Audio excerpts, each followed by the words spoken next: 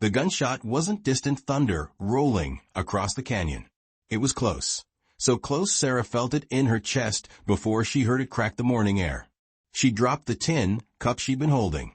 Water spilled across the porch boards her husband had cut and sanded 3 summers ago, back when his hands were still strong and his laughter still filled the rooms. The cup clattered and rolled. And then she saw him, a man, staggering toward her doorway like a spirit not yet ready to die. His shirt was soaked red from shoulder to waist. His hat had fallen somewhere in the dust. His boots scraped against the wooden steps, slow and deliberate, as if each movement cost him a piece of his soul. When he reached the threshold, his knees gave out. He collapsed forward, one hand clutching the doorframe, the other pressed against the wound in his shoulder. Blood pooled beneath him, dark and thick, staining the wood Samuel had laid with such care. Sarah stood frozen, her breath caught somewhere between her ribs and her throat. She should have screamed. She should have run inside and barred the door. But she didn't. The stranger lifted his head. His eyes met hers. They were gray, storm cloud gray, and they carried no threat, no anger, no desperation clawing for survival, only surrender. The kind of look a man wears when he's already made peace with dying and is just waiting for the earth to take him home. "Ma'am," he whispered. His voice was rough, like gravel dragged across dry wood. "I'm sorry. Sorry. Not help me. Not please. Just sorry." Sarah's hands trembled. Her heart pounded, so hard she could feel it in her temples. Every instinct told her to step back, to let the desert finish what it started. She was a widow living alone on the edge of nowhere. No neighbors within 5 miles. No law closer than a day's ride. Letting a bleeding stranger into her home was the kind of mistake women didn't survive out here. But something about that apology, quiet and honest and full of shame, made her pause. She looked at his face, weathered, sun-scorched, a scar along his jawline that spoke of old violence. But his eyes were soft, tired, the eyes of a man who had run out of reasons to keep running. Sarah swallowed hard. Her throat felt like sand. "Can you stand?" she asked. Her voice came out steadier than she expected. The cowboy blinked. Surprise flickered across his face, as if he hadn't expected her to speak at all. He tried to push himself up, but his arm buckled. He fell forward again, gasping. "No, ma'am," he breathed. "Don't think I can." Sarah pressed her lips together. She glanced behind her, into the dim coolness of the house. The house where her husband had died in his sleep 2 winters ago, where her son had burned with fever the following spring, calling for water she couldn't cool fast enough.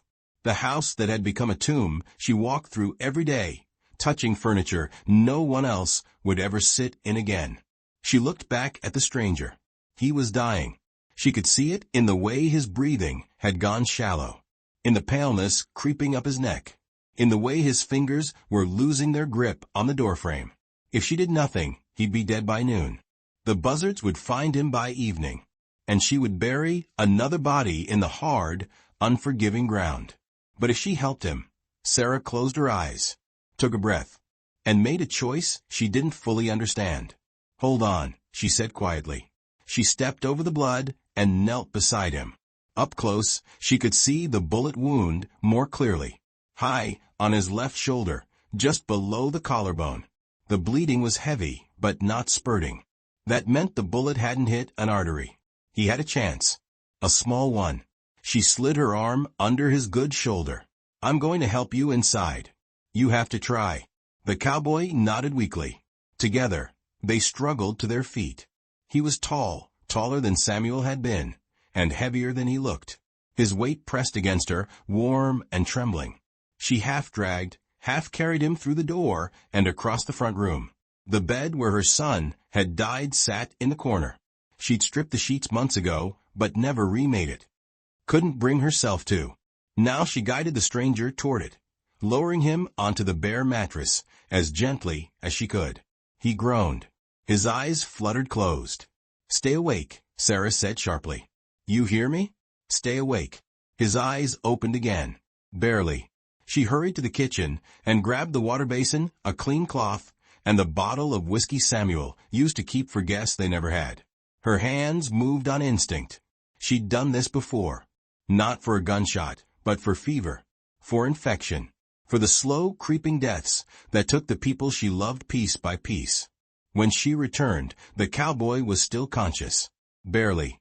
She set the basin on the floor and knelt beside the bed. "This is going to hurt," she warned. He managed a faint nod. She peeled his shirt back from the wound. The bullet had gone clean through. That was good. It meant she wouldn't have to dig for it. But the exit wound in his back was ragged and still bleeding. She pressed the cloth against it, hard. He gasped, his body going rigid. "I know," she murmured. "I know." She worked quickly, cleaning the wound, pouring whiskey over it to burn out the infection. He didn't scream, but his jaw clenched so tight she thought his teeth might crack.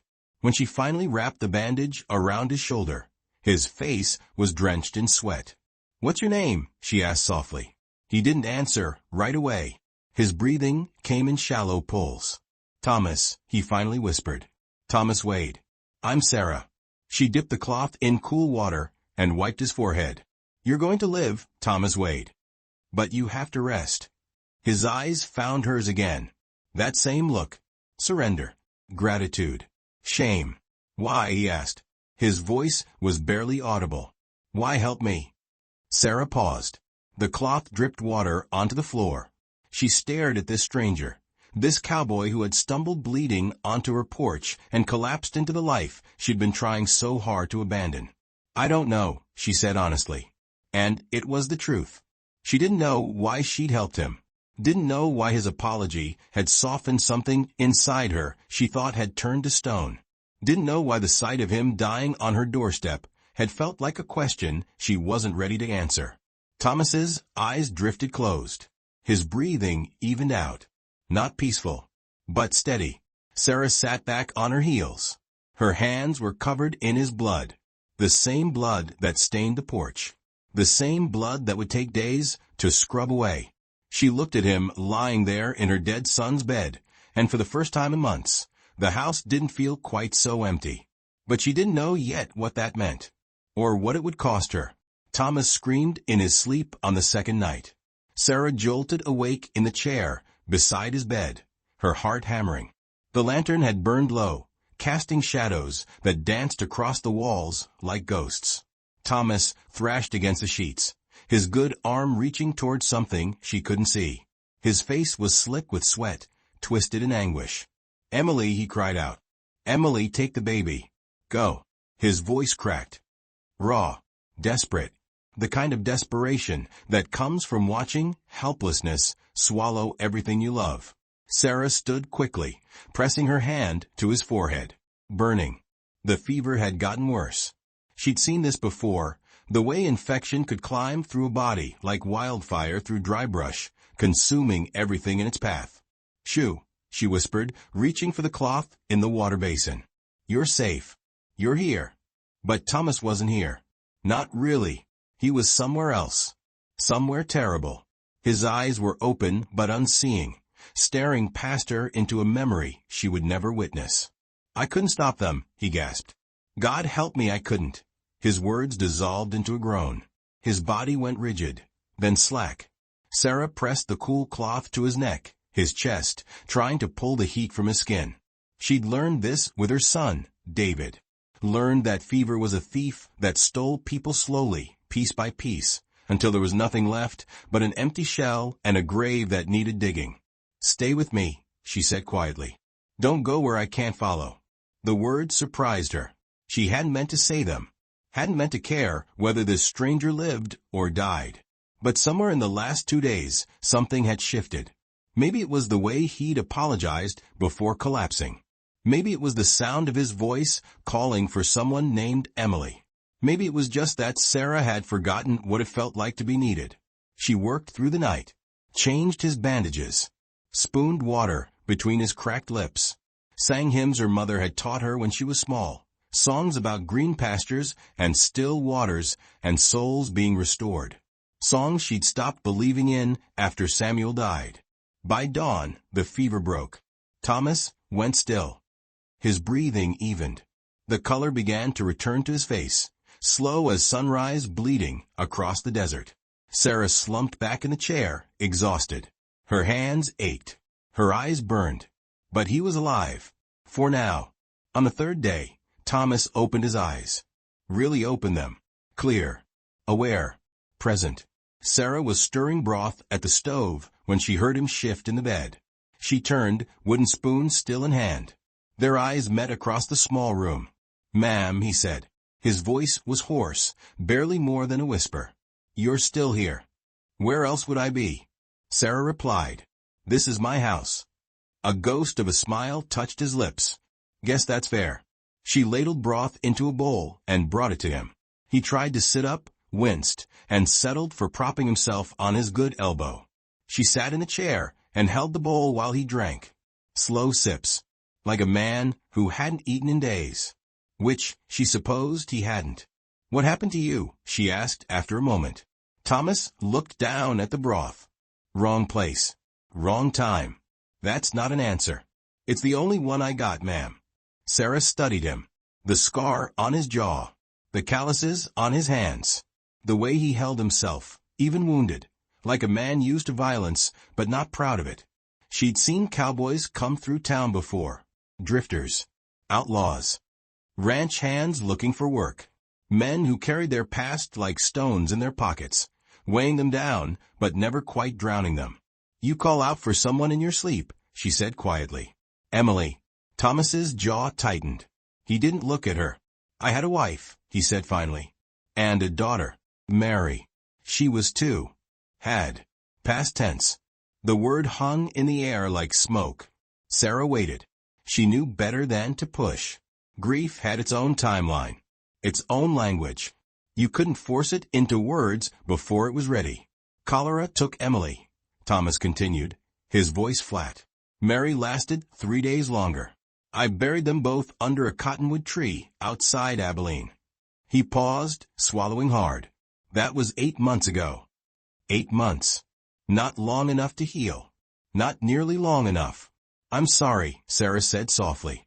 Thomas finally met her eyes. "Why? You didn't do it." "Neither did you." Something flickered in his expression. Pain. Guilt.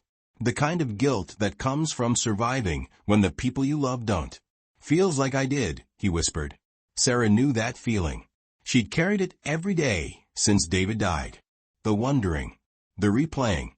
The endless loop of what if I'd done this differently, or what if I'd seen it sooner, or what if I'd been enough. "Your son?" Thomas asked, nodding toward the chair where she sat. "I'm in his bed, aren't I?" Sarah's breath caught. She hadn't expected him to notice. Hadn't expected him to ask. "David," she said. "He was 7. Fever took him last spring." "And your husband?" "Samuel. 2 winters before that." His heart just stopped. One night he was reading scripture by the fire. The next morning he was gone. Thomas was quiet for a long moment. Then, "This house feel too big for you now?" Sarah nodded slowly. "Every day." They sat in silence. The kind of silence that happens between people who understand each other without needing to explain. The widow and the grieving cowboy. 2 strangers who'd lost everything and were still trying to figure out what living meant when the people worth living for were gone. "Why'd you help me?" Thomas asked finally. "You don't know me." Could have been anyone under all that blood. Could have been someone dangerous. Sarah considered the question. She'd been asking herself the same thing for 3 days. "I don't know," she admitted. "Maybe I was tired of being alone with ghosts. Maybe I needed to remember I still could." She met his eyes.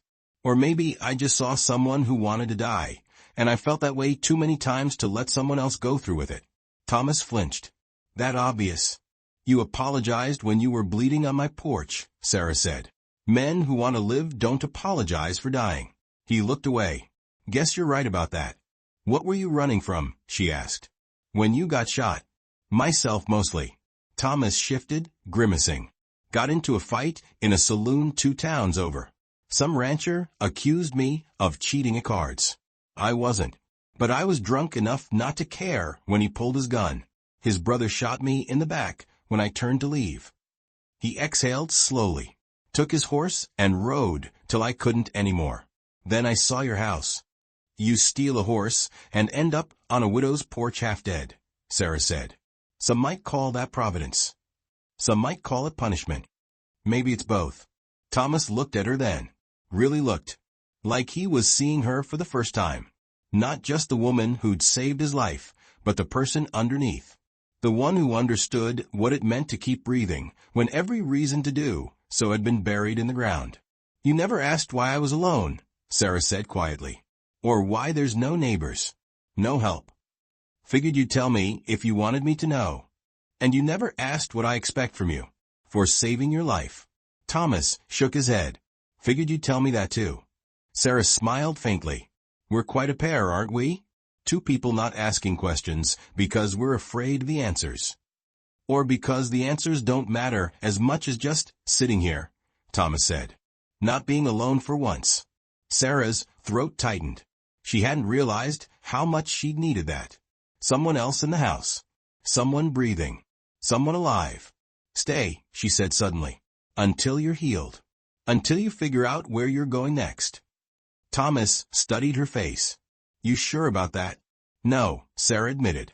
But I'm sure I don't want to watch you leave before you're strong enough to survive it. He nodded slowly. All right then.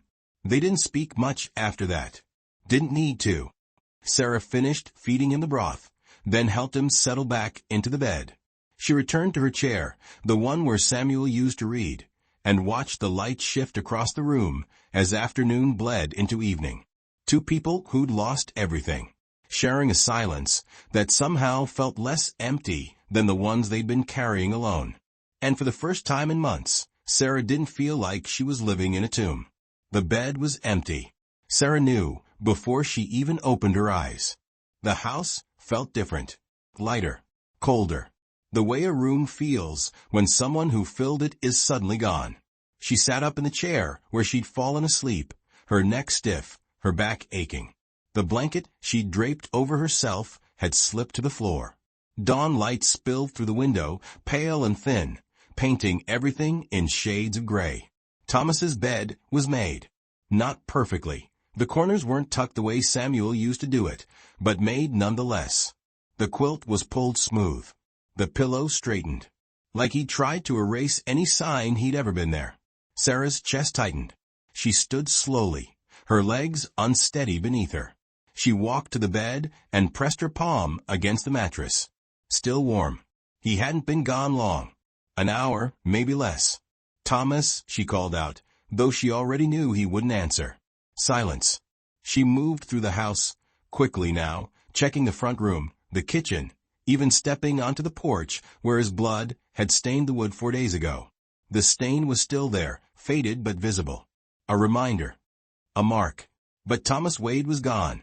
Sarah wrapped her arms around herself against the morning chill. The desert stretched out before her, endless and empty. No figure walking into the distance. No horse tied to the post. Nothing but dust and sage and the wind that never stopped blowing. He'd left. Like a ghost. Like he'd never been real at all. She should have expected it. Cowboys didn't stay. Drifters didn't settle. Men like Thomas, men with bullet wounds and haunted eyes and guilt carved into their bones. They didn't plant roots. They just kept moving, hoping distance could outrun memory. But knowing that didn't make the house feel any less empty. Sarah turned to go back inside, and that's when she saw it. On the small wooden table, beside the door, sat Thomas's leather saddlebag. Worn and dusty, the kind every cowboy carried. Beside it, a small stack of silver coins glinted in the early light. And next to the coins, something smaller. Something that made her breath catch. A locket. Tin. Tarnished. Attached to a thin chain that had been carefully coiled beside it. Sarah picked it up slowly, her fingers trembling. It was cold and surprisingly heavy. The kind of weight that had nothing to do with metal and everything to do with what it held. She shouldn't open it. She knew that. This was private, sacred. Whatever was inside belonged to Thomas, and whatever life he'd lived before the desert brought him bleeding to her door. But her thumb found the clasp anyway. The locket opened with a soft click. Inside was a photograph. Small, faded at the edges, but clear enough. A woman, young, maybe 25. She had dark hair pulled back in a simple bun and eyes that looked directly at the camera with a quiet kind of happiness. In her arms, she held a baby, no more than a year old, wrapped in a white christening gown. The baby was laughing, one tiny fist reaching toward the photographer, toward Thomas. Sarah's throat burned. She knew without being told that this was Emily. And this was Mary. The wife and daughter Thomas had buried under a cottonwood tree outside Abilene. The ones he'd screamed for in his fever dreams. They looked so alive in the photograph, so full of hope and future and all the things that get stolen when fever sweeps through a town and doesn't stop until it's taken everything. Sarah blinked hard against the tears building behind her eyes. Tucked beneath the photograph was a small piece of paper, folded once. She pulled it out carefully and unfolded it. The handwriting was rough, uneven, like it had been written quickly, or by someone whose hands weren't steady. They're waiting in heaven. I'm not ready to meet them yet. That was all. No signature. No explanation. Just 7 words that carried the weight of a man's entire existence. Sarah read them again, and again. Each time, they hit harder. I'm not ready to meet them yet. Not I don't want to. Not I'm afraid. But I'm not ready. Like heaven was a place he knew he'd go eventually. A reunion he believed in. But not now. Not yet. Not like this. Broken and guilt-ridden, and still trying to figure out how to live in a world where the people he loved most weren't in it. Sarah sank into the chair beside the table. The locket felt impossibly heavy in her palm. She understood now. Thomas hadn't stumbled onto her porch looking to be saved. He'd been looking for something else entirely. A reason. A reminder. A moment of grace that told him living still mattered, even when dying felt easier. He'd left the locket because he wanted her to know. Wanted her to understand that the 3 days he'd spent in her home, in her dead son's bed, being cared for by a widow who had every reason to turn him away, those 3 days had given him something he'd lost when he buried his family. Hope. Not the loud kind. Not the kind that shouts and celebrates and believes everything will be fine. The quiet kind. The kind that whispers, maybe tomorrow, instead of why bother. Sarah closed the locket gently and held it against her chest. She thought about the silver coins on the table. Payment, probably. For the food. The bandages. The care. Thomas was a cowboy. A man who worked ranches and rode through towns and understood that nothing in this life came free. He'd left what he could afford, which likely wasn't much. But the locket, that was different. The locket was trust. It was vulnerability. It was a man saying, I'm leaving, but I want you to know who I was before the world broke me.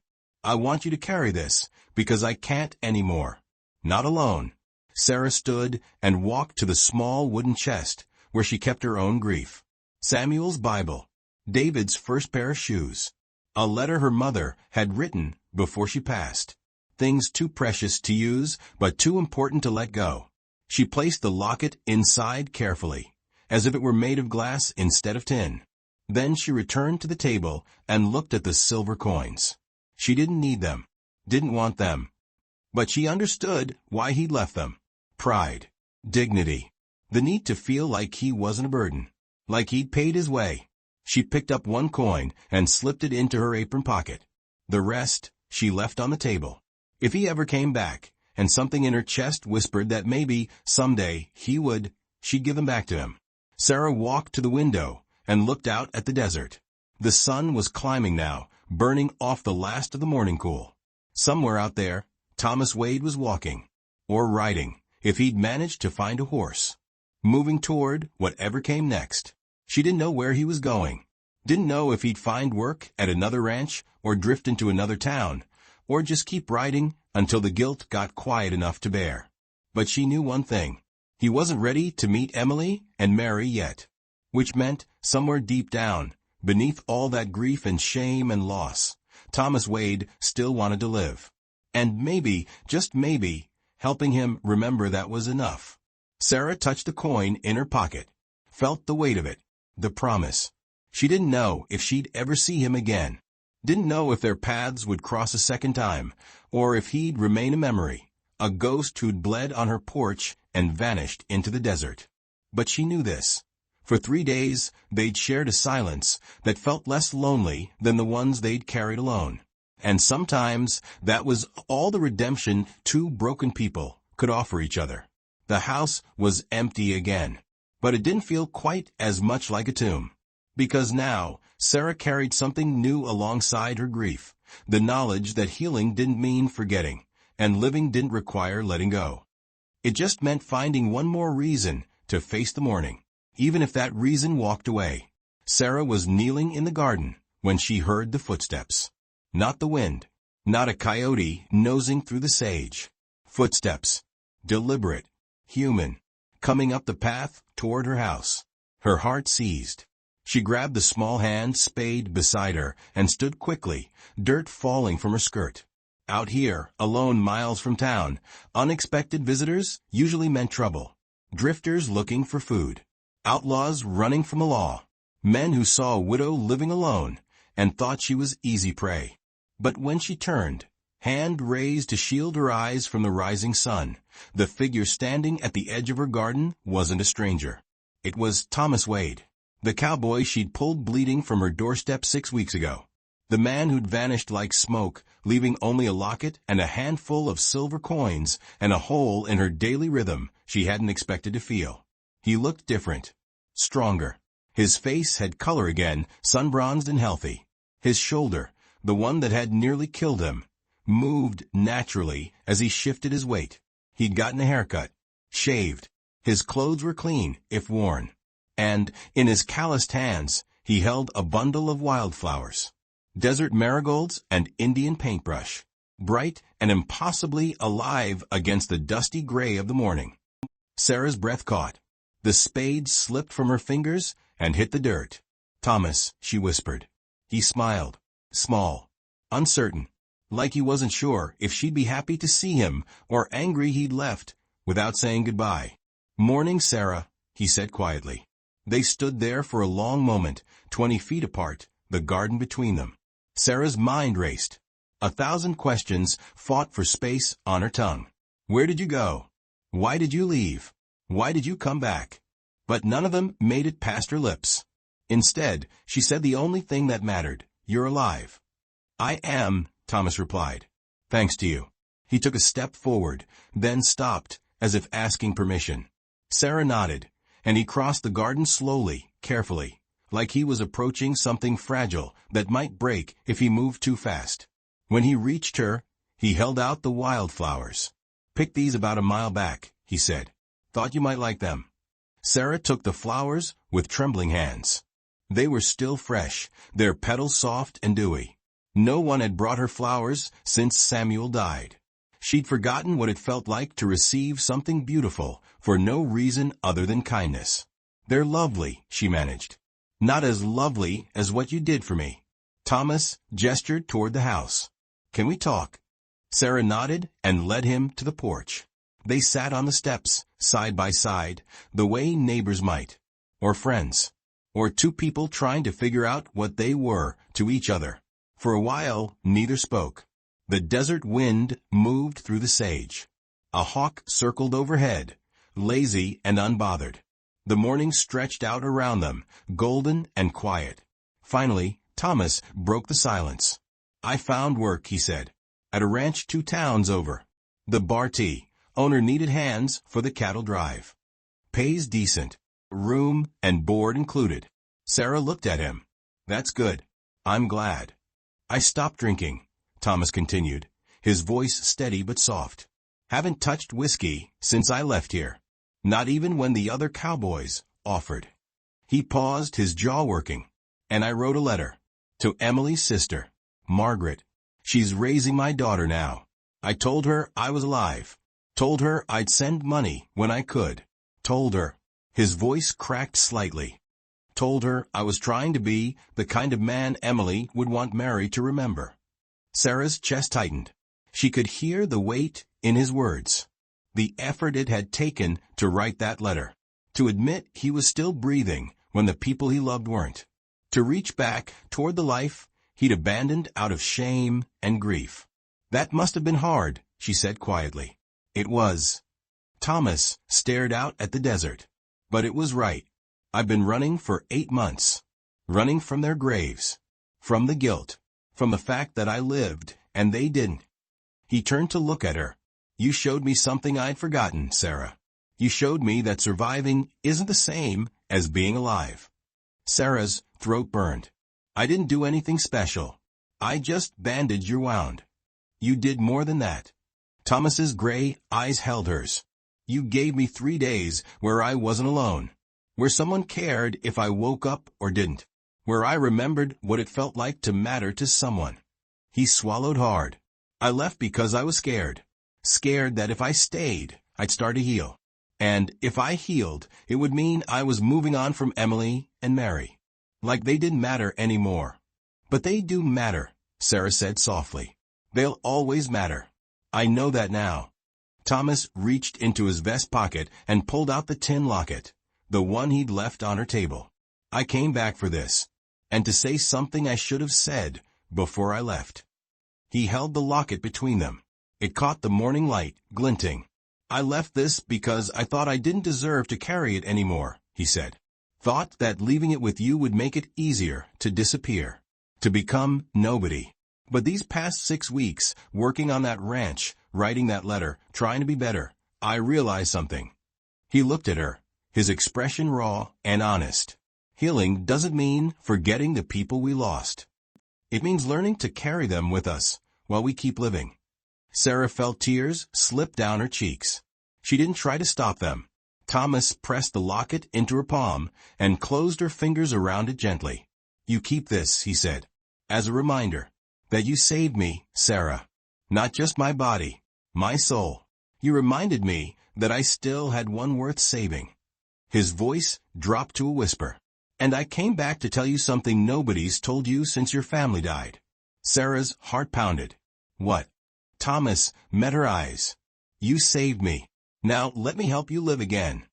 The words hung in the air between them. Simple. Direct. Devastating in their honesty. I'm not talking about love, Thomas continued quickly, as if sensing her fear. Not yet. Maybe not ever. I don't know what this is between us. But I know this. You're living in a house that's become a tomb. You're tending a garden where nothing grows. You're going through the motions of surviving, but you're not alive. Not really. Sarah wanted to argue, wanted to tell him he was wrong, but she couldn't, because he was right. I don't know how to do anything else, she admitted, her voice breaking. Neither did I, Thomas said. But you showed me, by caring for a stranger who had no right to your kindness, by sitting in that chair for 3 days, keeping me alive when I didn't even want to be. He paused. Let me return the favor. Let me help you plant something in that garden. Let me fix the fence that's falling down. Let me remind you that life doesn't end just because the people we love are gone.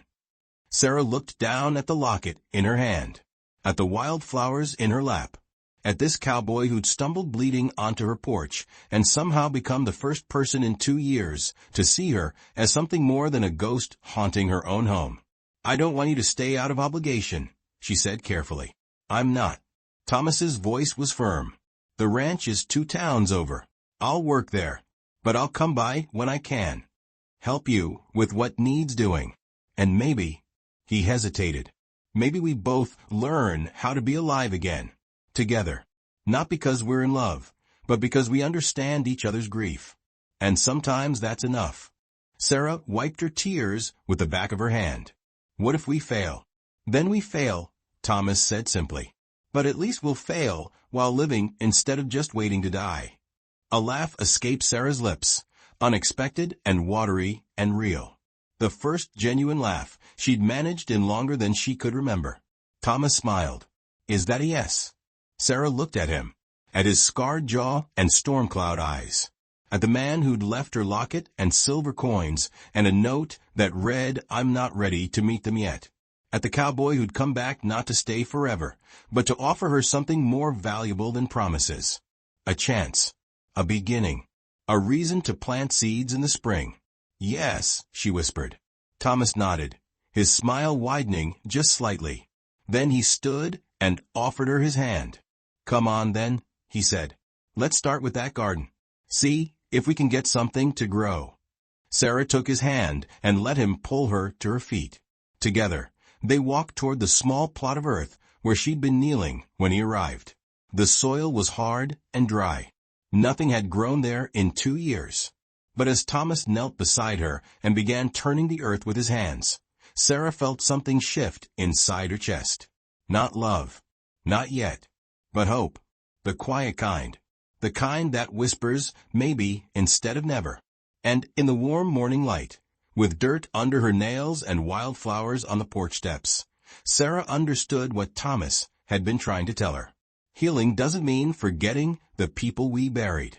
It means learning to live with their memory while building something new from the pieces they left behind. And sometimes that's the bravest thing broken people can do.